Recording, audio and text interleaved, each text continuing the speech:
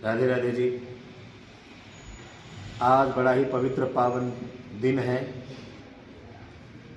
माघ मास की अमावस्या, मौनी अमावस्या, पवित्र माघ का महीना।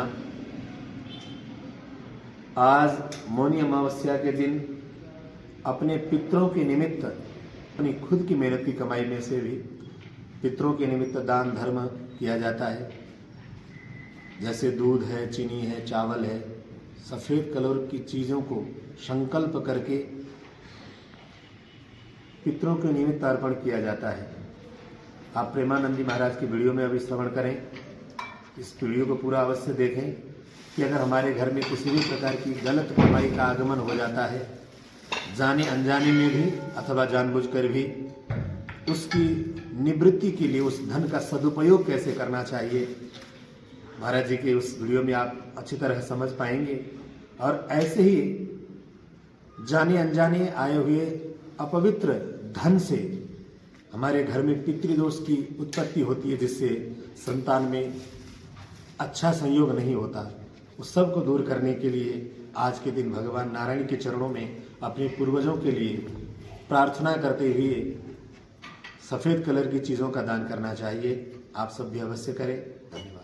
महाराज जी, आपके चरणों में कोटि कोटि प्रणाम।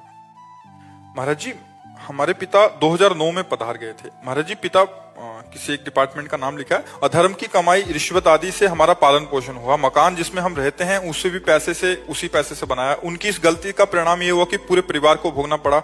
माता जी का स्वास्थ्य बिगड़ गया, छोटा भाई नशे में चले गया और उसकी पधार गया।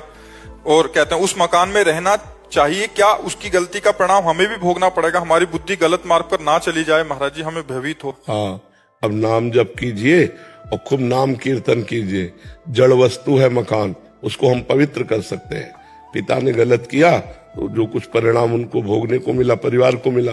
अब नाम कीर्तन, भगवान की कथा वार्ता, भगवान की आरती पूजा, शंखनाद, अगरबत्ती, धूप बत्ती का धुआं, तो पूरा मकान पवित्र हो जाएगा। गंगा यमुना जल छिड़क दे, कभी किसी संत महात्मा को बुलाकर बैठाल के पवा दे, उनकी जूठन गिरे, घर पवित्र हो जाएगा।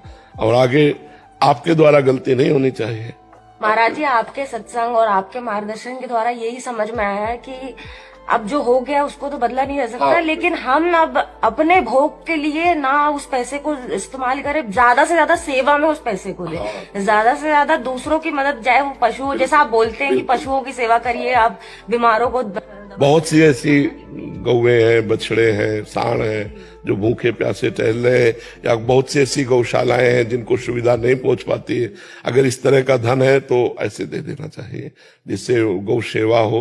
वो जो हमने दूसरे का शोषण किया तो किसी का पोषण करेगा, तुम्हारे पिता को भी आनंद मिलेगा। जी हाँ, एक उनके प्रति भी लगता है कि उनका मंगल हो, वो जहाँ पे भी गए हैं। पर हमको ये बहुत अच्छा लगा कि आप जो सावधान हैं और आप अपनी बात बता दिए।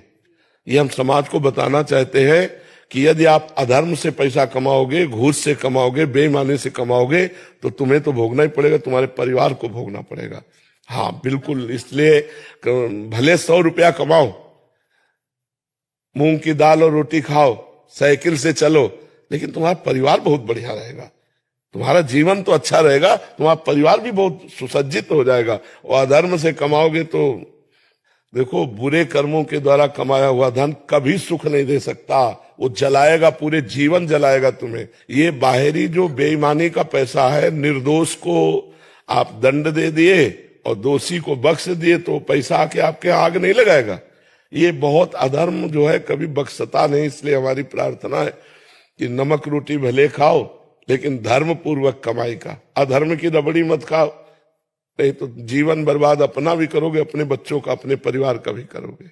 महाराज जी, हम तो बस आपने निहाल कर दिया। मतलब आपने जो नाम दिया है, आपने जो धाम दिया है, आपकी नाम जप करो, और जो अर्थ आपकी सेवा से ज्यादा है वो गौ सेवा में दे दो, अन्य सेवाओं में दे दो, और धर्म पूर्वक चलो। धर्म से जीने में शांति है, सुख है, आनंद है। अधर्म में अशांति है, दुख है, क्लेश है।